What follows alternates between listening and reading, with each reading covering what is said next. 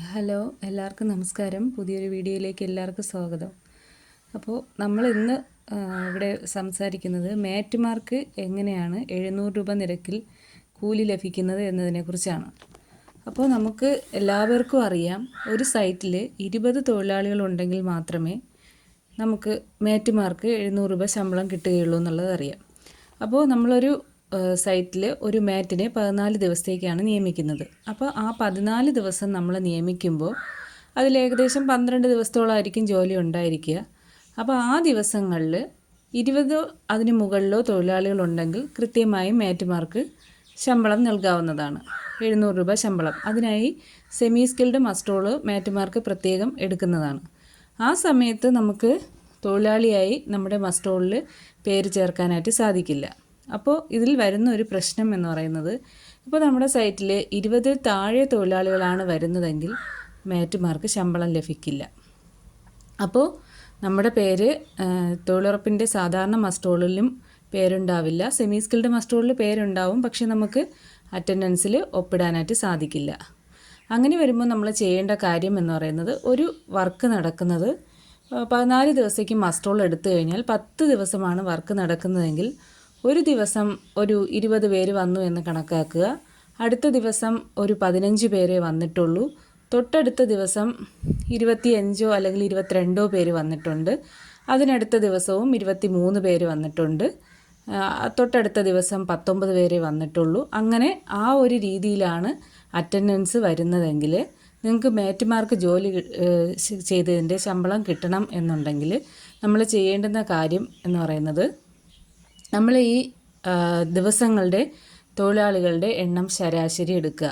ശരാശരി എടുക്കുക എന്ന് പറയുമ്പോൾ, നമ്മൾ ഒരു ദിവസം 20 തൊഴിലാളി വന്നു, അടുത്ത ദിവസം കുറവാണ് വന്നത്, അതിൻ്റെ അടുത്ത ദിവസം കൂടുതലാണ് വന്നത്. ഇവയെല്ലാം കൂടി കൂട്ടിയ ശേഷം നമ്മൾ എത്ര ദിവസമാണോ അവിടെ ജോലി നടന്നത് ആ ദിവസം കൊണ്ട് നമ്മൾ ഈ തുകയെ ഭാഗിച്ചു കഴിഞ്ഞാൽ 20 അതിന് മുകളിലോ ഉത്തരം കിട്ടുകയാണെങ്കിൽ നമുക്ക് സെമി സ്കിൽഡിൻ്റെ എല്ലാ മസ്റ്റോളിലും ഒപ്പിട്ട് 700 രൂപ വച്ച് കിട്ടാവുന്നതാണ്. പക്ഷേ നമ്മളിത് 20 താഴെയാണ് വരുന്നതെങ്കിൽ നമുക്ക് യാതൊരു കാരണവശാലും നമുക്ക് കൂലി എല്ലാ ദിവസവും മസ്റ്റോളിൽ ഒപ്പിടാനായിട്ട് സാധിക്കില്ല. അങ്ങനെ വരുന്ന സാഹചര്യങ്ങളിൽ നിങ്ങൾ ചെയ്യേണ്ടത്, ഏതൊക്കെ ദിവസങ്ങളിലാണോ 20 മുകളിൽ തൊഴിലാളികൾ വരുന്നത് ആ ദിവസങ്ങളിലെ അറ്റൻഡൻസ് മാത്രം രേഖപ്പെടുത്താനേ സാധിക്കുകയുള്ളൂ. അപ്പോൾ ഈ 2 ഓപ്ഷനാണ് മേറ്റുമാരുടെ ശമ്പളത്തിലുള്ളത്. അപ്പോൾ നമുക്കിതിൽ നിന്ന് തരണം ചെയ്യാനുള്ള മാർഗം എന്ന് പറയുന്നത്, ഏകദേശം 40ഓളം തൊഴിലാളികൾ ഓരോ ഗ്രൂപ്പിലും വന്നു കഴിഞ്ഞാൽ നമുക്ക് എങ്ങനെ ഒരു 10 പേര് കുറഞ്ഞു പോയാൽ തന്നെയും 20 മുകളിൽ എന്തായാലും ഉണ്ടാവും. അപ്പോൾ മേറ്റുമാർ ഇതിൽ വളരെയധികം എഫർട്ട് എടുക്കുകയും വേണം, അവർക്ക് കൂലി ലഭിക്കാത്ത സാഹചര്യമാണ്.